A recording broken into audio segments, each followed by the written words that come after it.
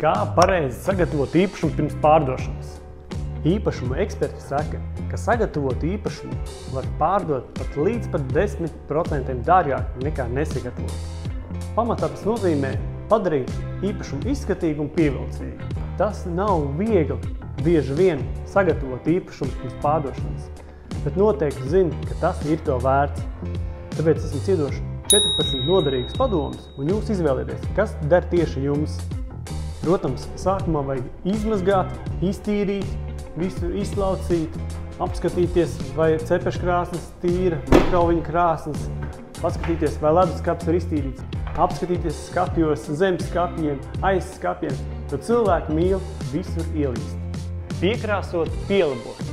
Ja vajag kaut kur veikt kosmētisko remontu, piekrāsot, iesaku to darīt. Pārbaudiet mēbeles, varbūt kaut kur vajag kaut ko pieremotēt.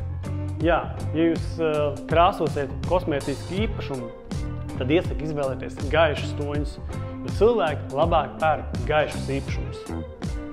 Novākt visas personiskās lietas. Šis tiešām ir svarīgi. Paņemt novākt visas personiskās lietas, kas varētu sasaistīt jūs personiski. Noņemiet bildes, diplomus, medaļas, noņemiet svētbildes. Atcerieties, noņemiet magnētiņus no leduskapiem, jo tie parasti uz visiem stāv. Nu, visām lietām jābūt novāktām. Jums tāpatās būs jāpārvācās un būs jāpārvod mēbeles, tāpēc iesaku to darīt jau laicīgi.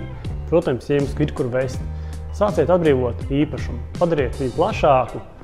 Ja jūs varat vēl kaut kādas vecās mēbeles nomainīt par kaut kādām dažām jaunām, tas arī iedos jaunu izskatu, bet neatbrīvojiet, protams, īpašumu par daudz. Ja jums rodās kāda tukša vieta, tad radoši aizpildiet viņu, piemēram, noliekot galdu ar 4 krēsliem. Īpašuma eksperti iesaka atbrīvot īpašumu pat līdz 50% no personiskajām lietām. Dažbrīd tas ir grūti izdarāms, bet dažreiz to var izdarīt, tīpaši, ja ir jau kur pārvākties. Atbrīvot skapjus, plauktus, arī leduskapī ieskatīties, atbrīvot no produktiem, atstāt ne vairāk kā pusi.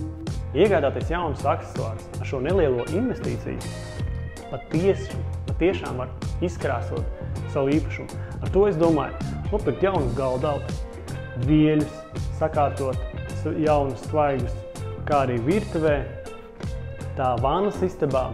Tie arī var būt jauni spilveni guļamistabās vai viesistabā. Ja jums ir mazs īpašums, ļoti labs triks ir izvietot spoguli. Spogulis gan dod gan telpu, gan arī padara dzīvokli gaišāku. Vēl viens labs triks ir izvietot paklājus. Tā ir neliela investīcija, bet ar to padarīt tiešām smukas lietas. Paklāji gan atdala telpas, zonas, gan arī piedod dzīvokļiem ļoti mājīgu sajūtu. Izvietojiet svaigus ziedus un augus. Starp citu, šobrīd var nopirkt ļoti kvalitatīvus mākslīgos augus, ko pat īsti nevar atšķirt no dabīgajiem. Un neaizmirstiet arī par vannas istabām un par citām istabām. Izvietojiet vairāk.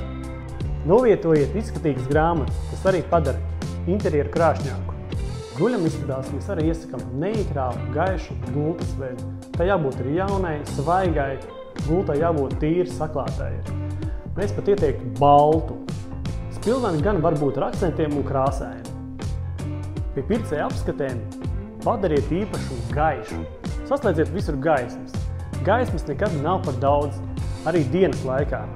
Ja jūs vēl pirms pircēja apskates pagatavosiet garšīgu kafiju ar svaigi ceptiem cepumiem, tas vēl vairāk pircēja zemapziņā stiprinās mājīgumu sajūtu. Tas patiešām ir liels darbs sakārtot un sagatavot īpašumu. Bet tas viennozīmīgi ir to vērts. Un atcerieties, jums jābūt psiholoģiski gataviem pārdot īpašumu. Jo pircēji jūt, kad jūs neesat gatavi.